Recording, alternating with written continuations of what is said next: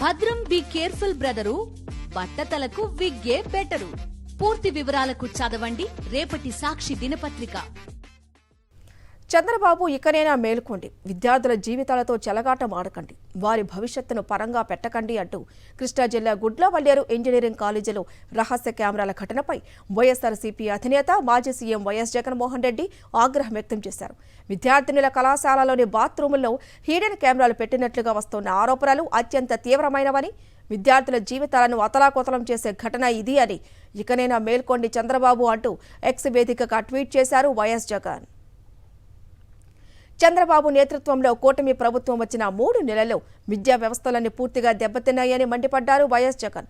చంద్రబాబు నేతృత్వంలో కూటమి ప్రభుత్వం వచ్చిన 3 నెలల్లో విద్యా వ్యవస్థలన్నీ పూర్తిగా దెబ్బతిన్నాయని, ప్రభుత్వ విద్యా సంస్థలపై నిర్లిప్తత, కాలేజీలపై పర్యవేక్షణ లోపం కొట్టొచ్చినట్లు కనిపిస్తోందని విమర్శించారు. ప్రతిపక్ష పార్టీపై బురద జల్లుడి వ్యవహారాలు, రెడ్ బుక్ రాజ్యాంగం అమలులో ప్రభుత్వ పెద్దలు, యంత్రాంగమంతా మునిగిపోయి పాలనను గాలి కొదిలేశారని ధ్వజమెత్తారు.